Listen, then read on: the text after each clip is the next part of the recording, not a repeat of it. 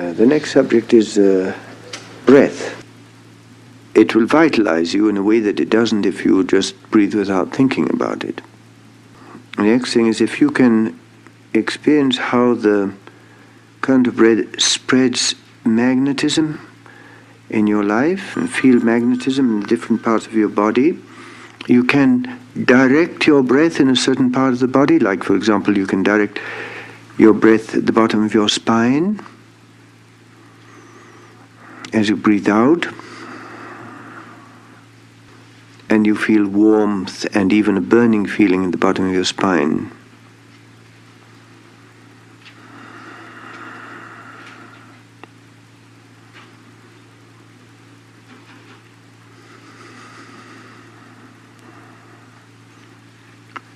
Now you can direct your breath to the top of your head, for example, above your crown, and see what it does to you.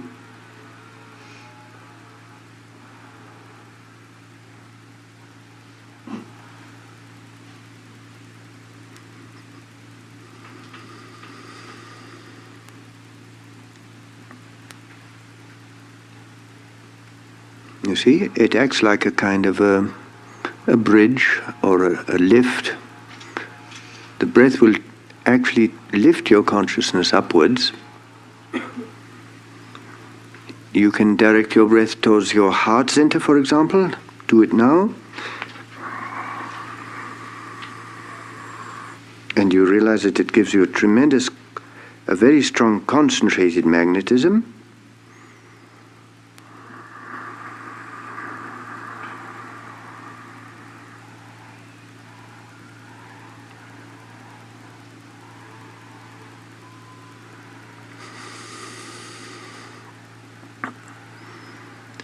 You can extend your breath to the whole area around your body, and in that case you feel a very strong magnetism.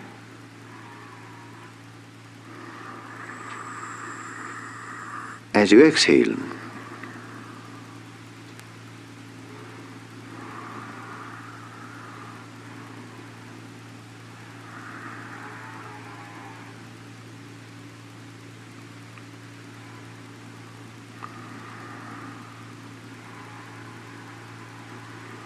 Now try to make your breath very, very fine, very, very fine. And then you will experience yourself as an ethereal being.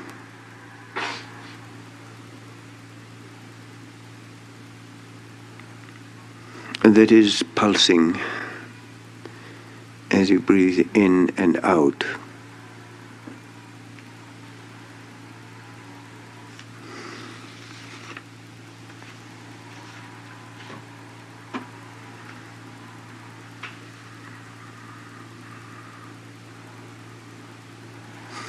Now, see if,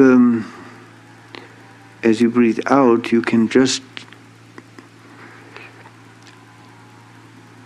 fragment your body, lose the sense of being, and just dissolve.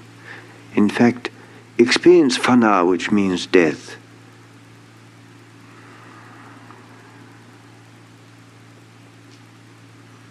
Total dissolution. And then as you breathe in, there's just a feeling of your precariousness, like you're just like a wave in the sea. And then you subside again into nothingness.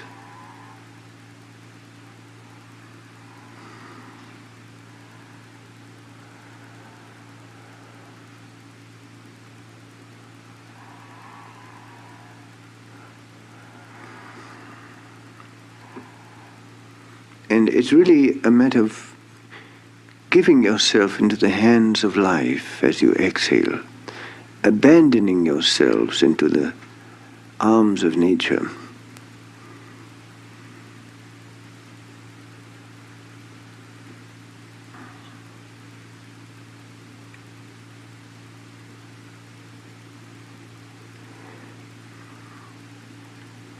And as you inhale, can you experience like how the external life is drawn into you, or you draw it into yourself as you inhale.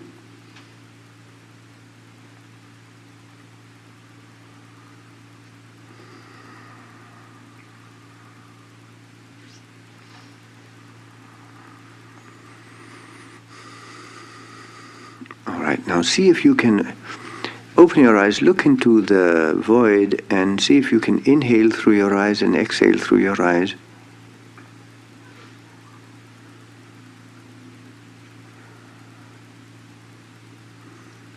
Don't fix an object, just look very vaguely as though you couldn't see it.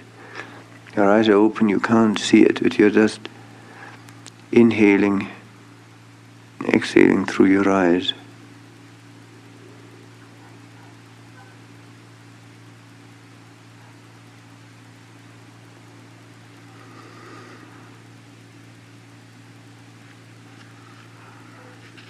That's something that one has to learn to do when one is speaking to people or relating to people.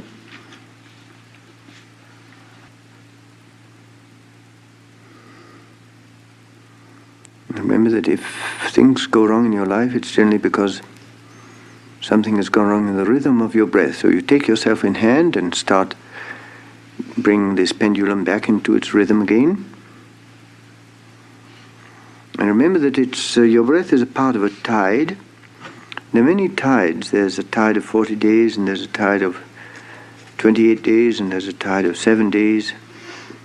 And there's a wave under a wave. And so when you're breathing, you should feel that your breath is part of the tidal wave, ebb and flow of the cosmos. And consequently, what will happen is that while you see what you're doing really is, before you were not conscious of your breath, and when you do the breathing practices, you begin to be conscious of your breath, and consequently you slow it down, and then you come to a point when you let the cosmic rhythm take over.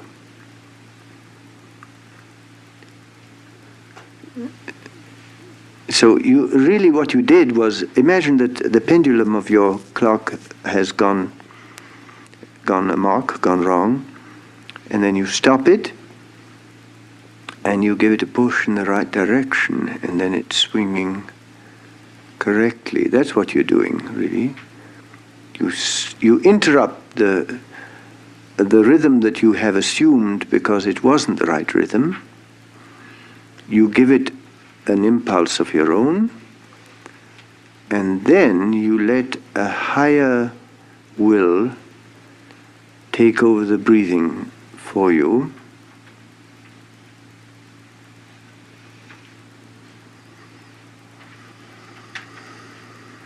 And then you feel in harmony.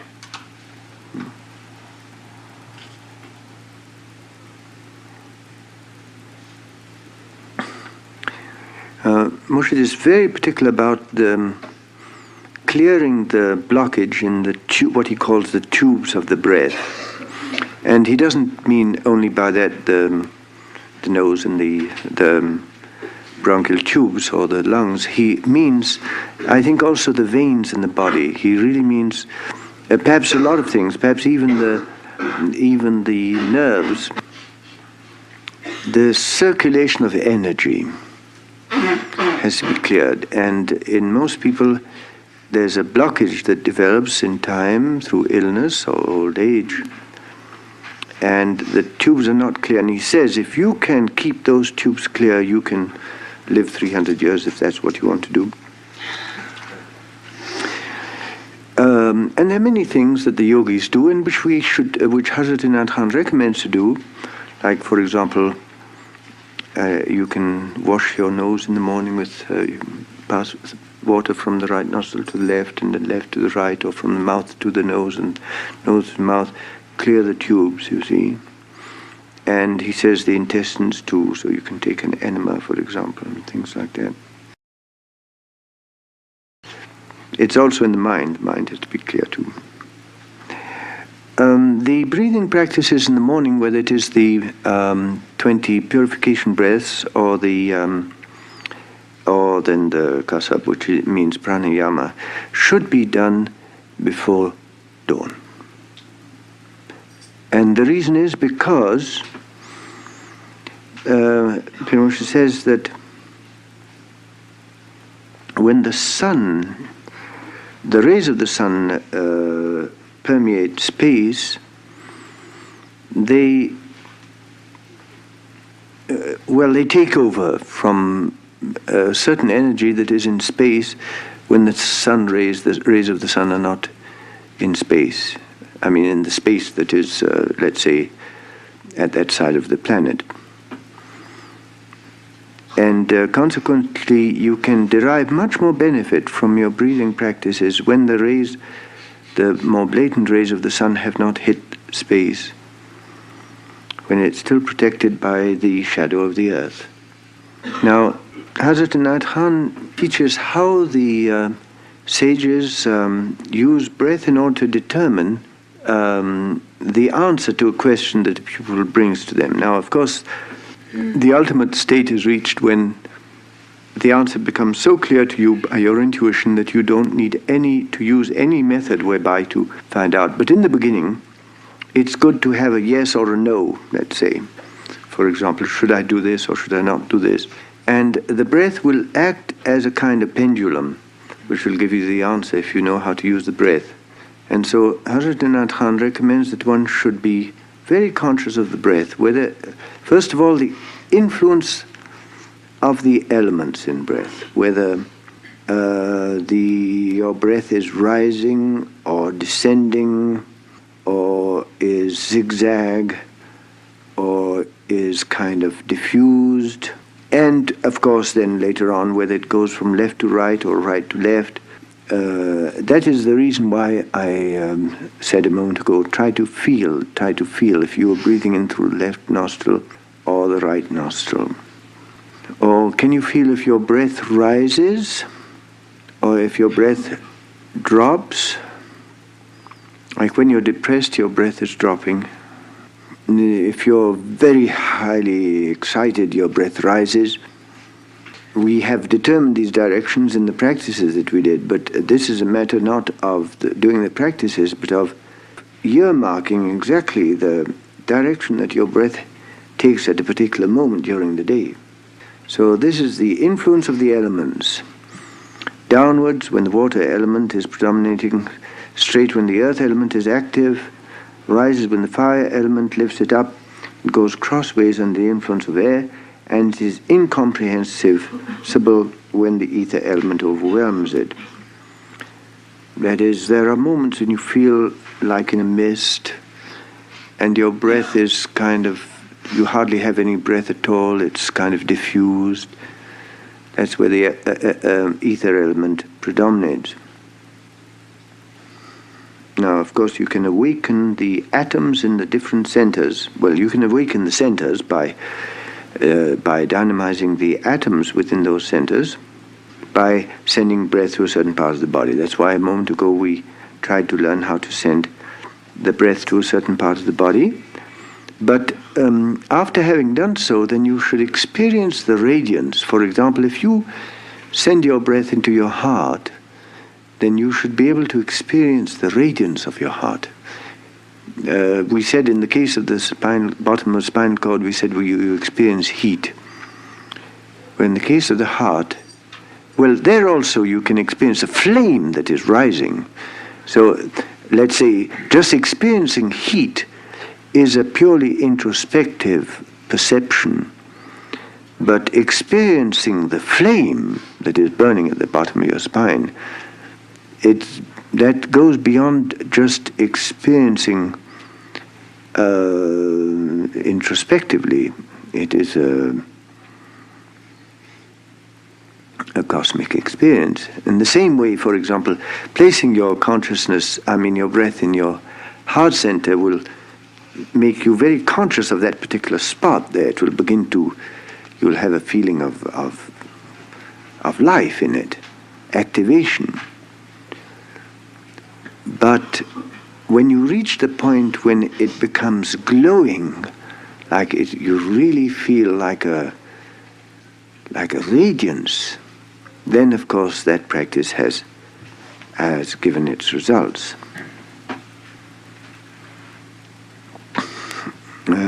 It says it's like the activation of the atoms that compose the etheric body. Now, see if you can do something else now, if you can make the breath very, very fine. You see, it has a completely different effect when you make it fine. You feel that it penetrates into areas that the heavier breath cannot penetrate. All right, now you see there's a difference between being conscious of one's own breath and being conscious of one's breath as an ebb and flow, as a tide. And this is, of course, what brings a person into rhythm. For example, if you're out of tune, you come back and you've had a terrible day and you're really out of sorts, then it's no use you're just trying to make the rhythm of your breath bring it back to order again. That's the first thing. But the second thing is to experience the harmony of your breathing with the cosmic harmony. And Murshid speaks about this when he says, there's like an affinity which runs through and binds together all the trees and plants in a forest,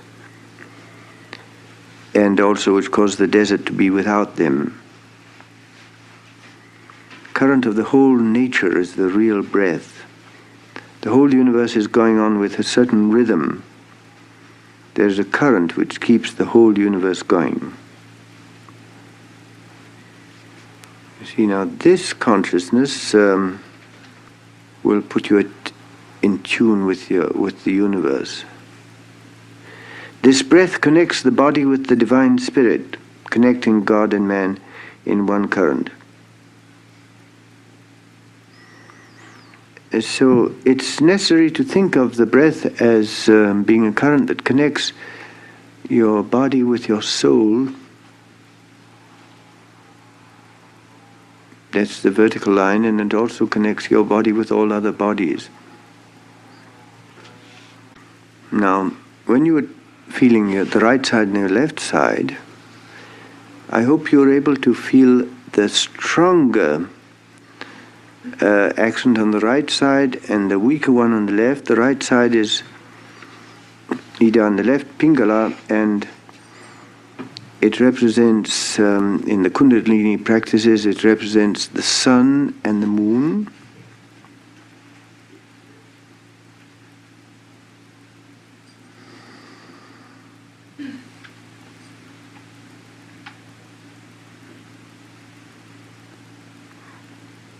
And Hazrat Inayat Khan says the mystic always consults his breath in the evening and in the morning to know whether it is in harmony with the sun, with the moon and the planets.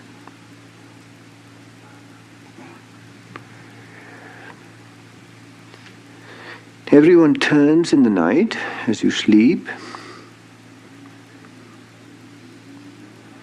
And so Moshe advises one to wake up on the left side with the right nostril when the right nostril predominates.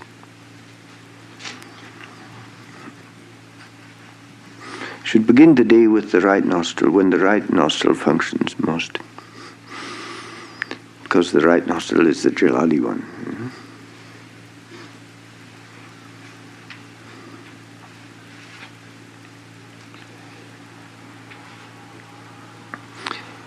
How can you consult your breath to know the answer to a problem that a person presents to you, or your own problems, of course? See, when the question is asked, whether you are breathing more predominantly through your right nostril or through your left nostril. Now, we want to know how these mystics find their answers. Well, this is one of the ways of doing it.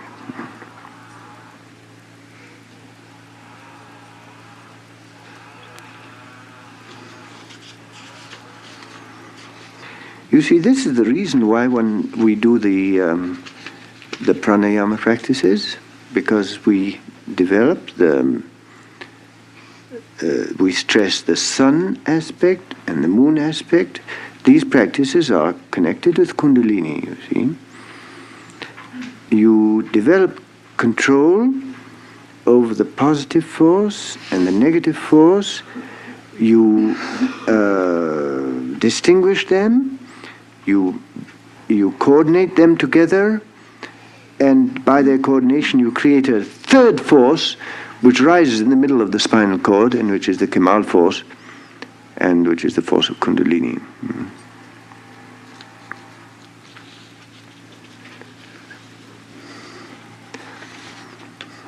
A master of kasab, that means pranayama, can either warm or cool himself by his breath, and can thus heal himself from ordinary complaints. So, for example, if you are overexcited, if you have fever, you can try and breathe through the left nostril, and it'll have a cooling effect upon you. If you have lack of energy and you want to energize yourself, and breathe through the right nostril, and it'll give you energy.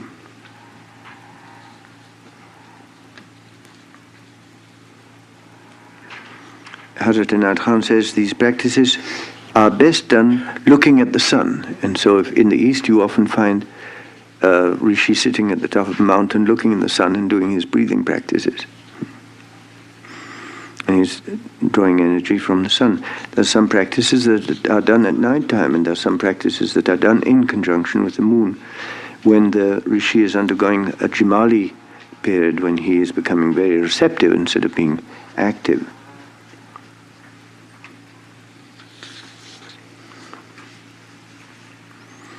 And he said fasting, that means not after breakfast, before breakfast. In a room with an open window. Yes. Now he says the kasab, this practice of pranayama, will etherealize the body. And you will feel that it greatly increases your magnetism, and of course it settles your mind.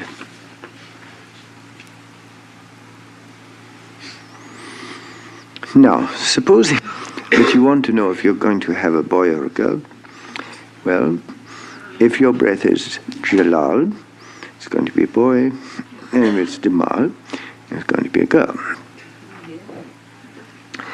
And if you're going to court and you want to know if you're going to lose or win, then of course if it's Jalal, you're going to win, and Jamal, you will lose. But if you're expecting an inheritance, then, of course, if it is Jamal, that's the answer, of course. And if it's Jalal, then, of course, you're not going to get the inheritance. Because to get an inheritance, you have to be passive, whereas to win in court, you have to be active. And so if a statement is sent by the government to inquire into a matter,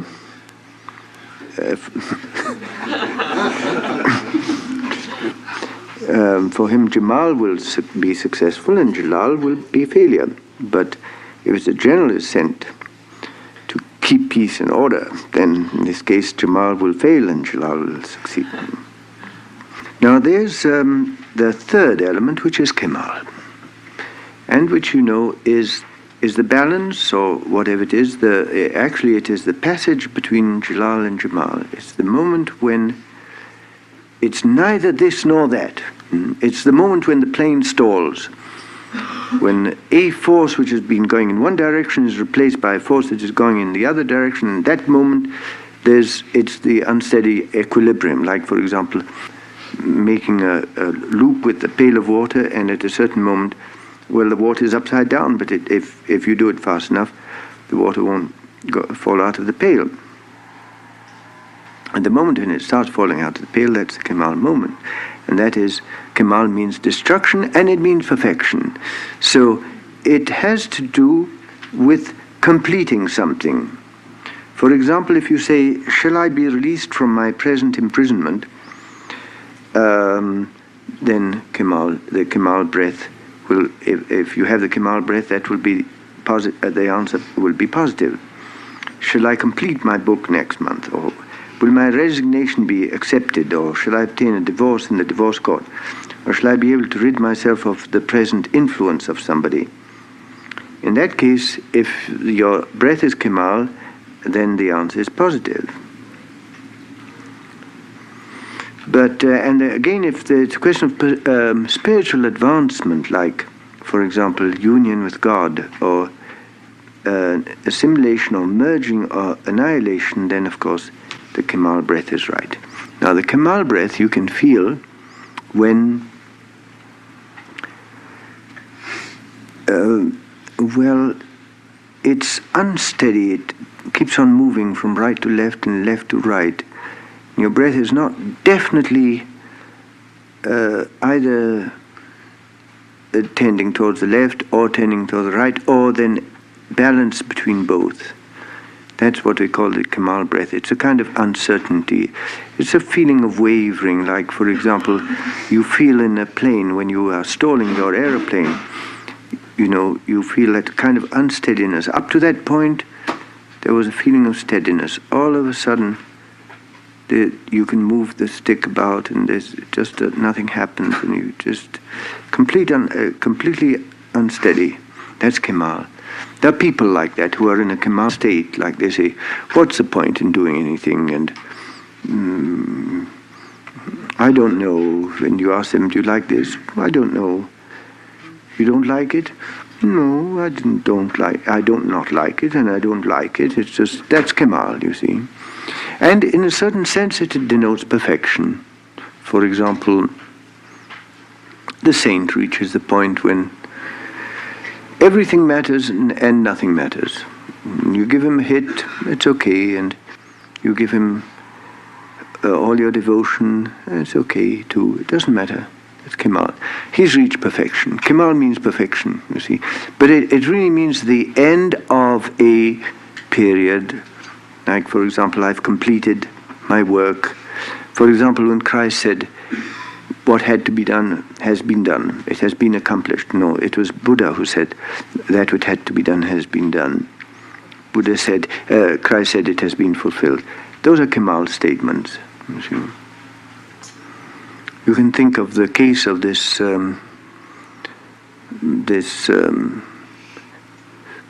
ascetic who was sitting on the roadside, and a man came to him and said, I have a court case tomorrow.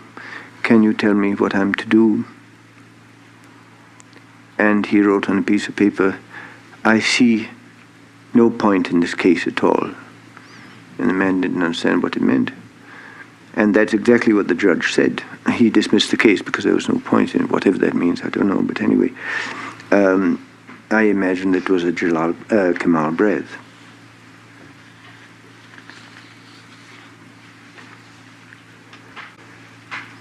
Now, we come to another aspect of the question, which is the colors in the breath. And Hazrat Pir Vilayat Inayat says that the contemplative reaches a point when he sees the colors corresponding to thoughts, and not just the colors of the auras of people, but the colors corresponding to the thought that is put to him at a certain time. And it all happens like this. You see, there are times when you're looking into space and you really see a color, or you're looking at a wall, and a blank wall, and you see a color.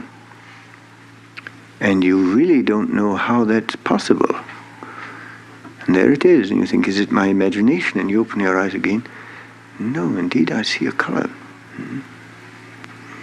And then you look into the sky and you see colors. And that is you will find that, of course, in a retreat. If you do a retreat for many, many days, and these kind of phenomena begin to occur. And this is connected with breath, you see. It is connected with the length of breath, Hazrat Inayat Khan says.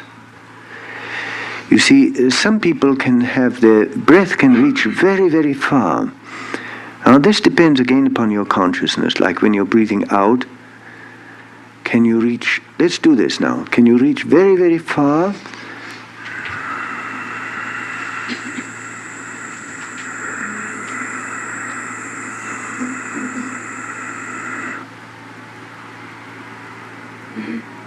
And when you're breathing in, can you reach very deep within a kind of inverted space within yourself?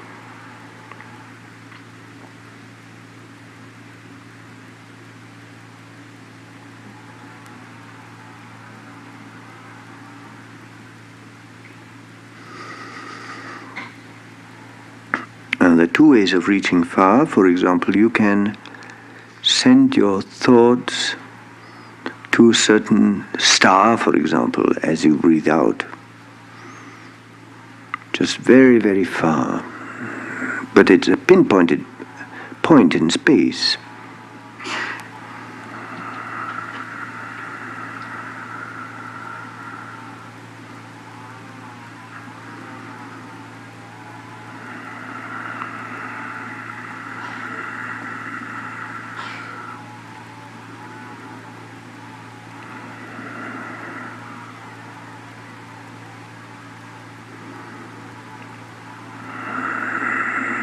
You have to breathe slowly, of course, and you can breathe lightly and at the same time very intensely.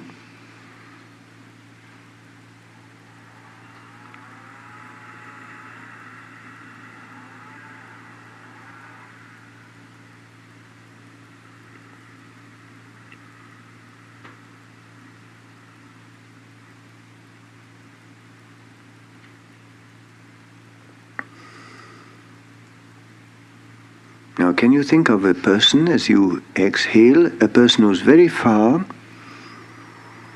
and send your thoughts out on the wavelength of your breath?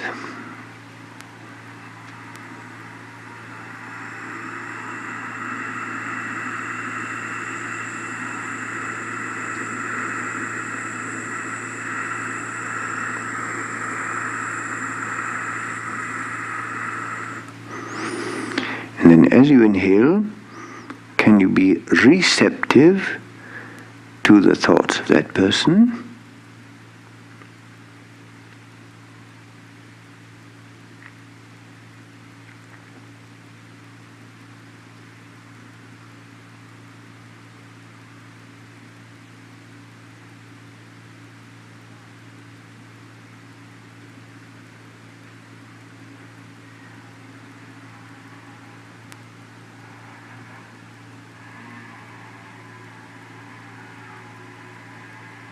And again, as you breathe out, you are active, and you have to know how to use breath as a vehicle, as the Garuda or the Burak of your thought.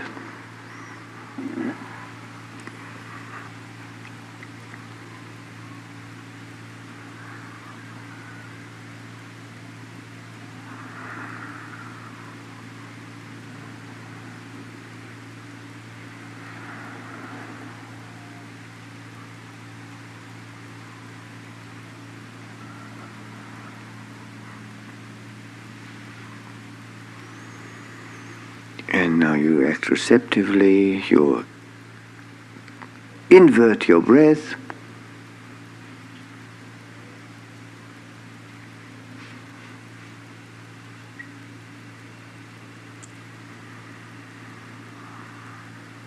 Now you must have noticed that the longer was your breath, the further is its reach.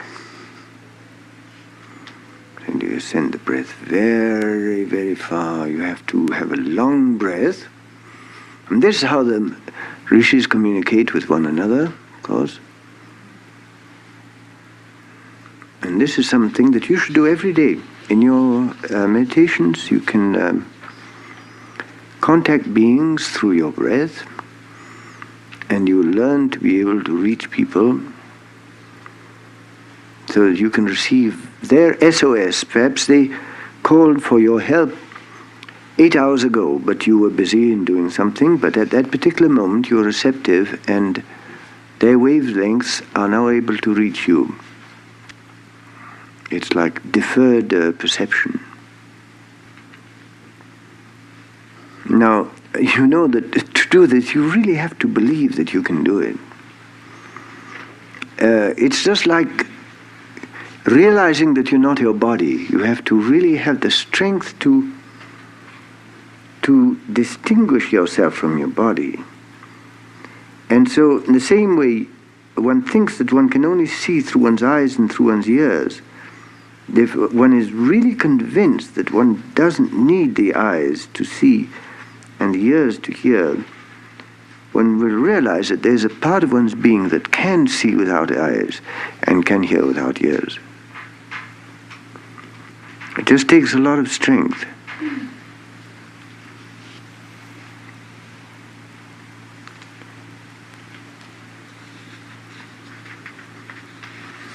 Now, Murshid says that, of course, if you have more light in your being than another person who comes to you, then you will find it difficult to perceive the color of that person's thoughts, because you are impressing that person with the colors of your being. For example, if you have a lot of joy in you, you will have a lot of blue color. And that person will be subjected to that intense blue, and you'll see that blue in that person, whereas that person may not have that much blue. But if you are able, even if your aura, let's say, is stronger than that person, if you're able to become very receptive, then you can overcome the influence that you have on that person. You can, for example, hold back the influence that you have on that person for a moment while you are receiving the impressions.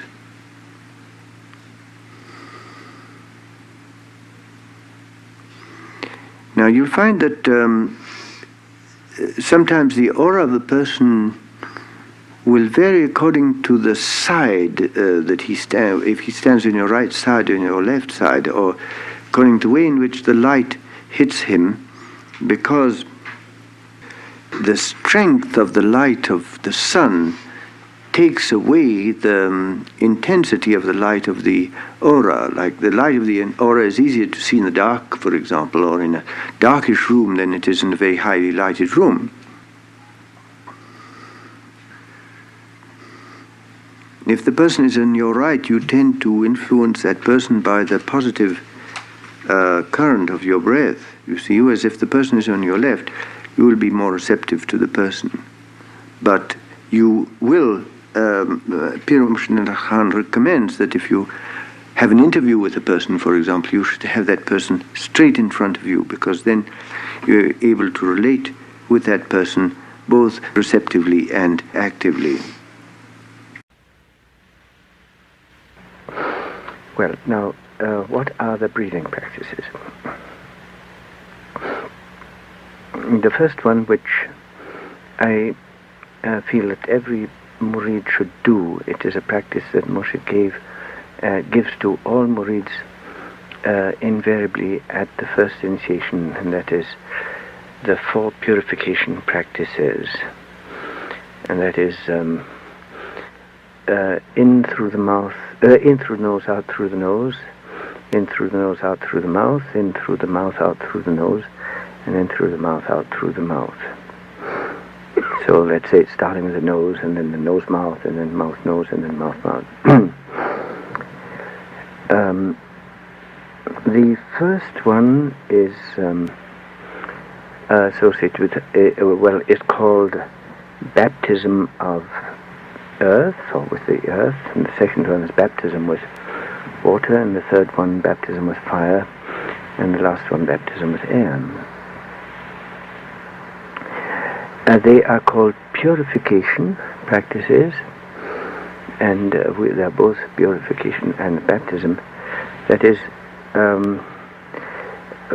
as one exhales, one drains one's magnetic field of all pollution in the element that, the corresponding element, that is the earth or the water, the fire, the air. And as one inhales, one draws fresh energy in to one's magnetic field.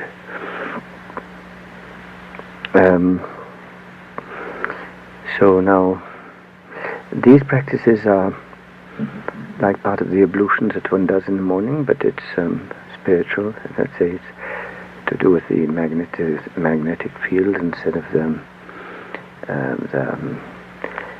physical body. Well, in the first case,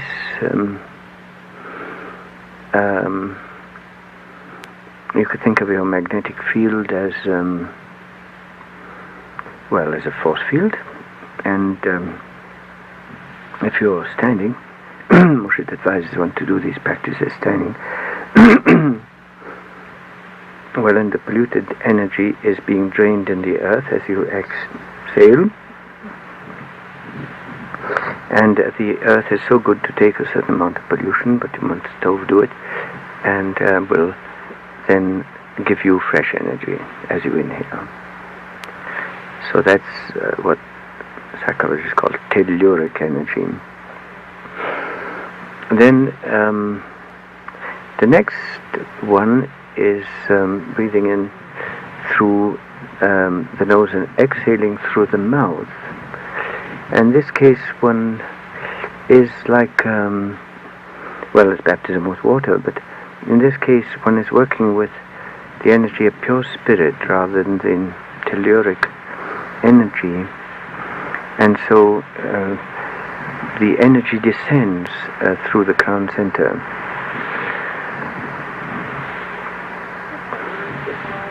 Telluric, Telluric, I think.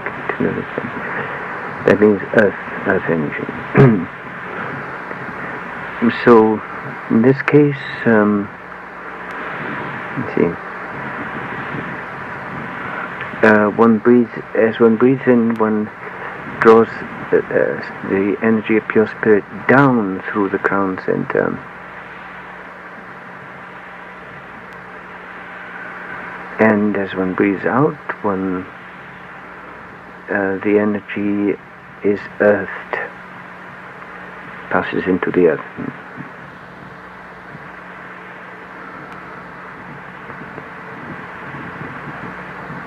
Whereas in the first breath, one is draining the energy that is into the earth as one exhales, and one is drawing fresh energy from the earth as one inhales. Now the third practice is breathing in through the mouth, out through the nose. We said it's baptism with fire.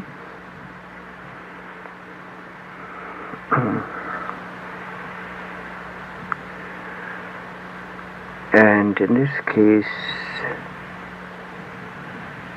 one is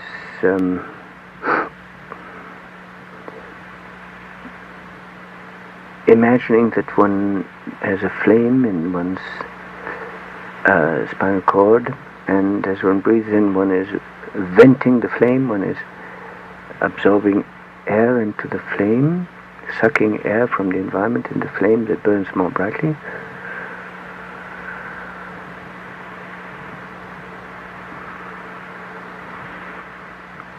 And as one exhales through the nose, one is either draining energy, of course, into polluted energy into the fire, or then one is also aware that one is radiating light. Or two things happening at the same time. One is producing light while draining the polluted energy in the fire. And the third one is breathing in through the mouth and out through the mouth.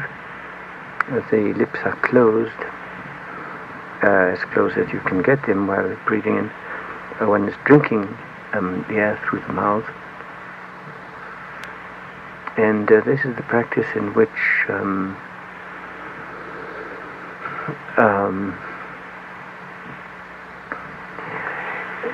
as one exhales, one feels as though one were dissolving, disintegrating, and as one breathes in, one is reformed again. So That's very much the solvate coagulate of the alchemical process, and it's really the practice that we do.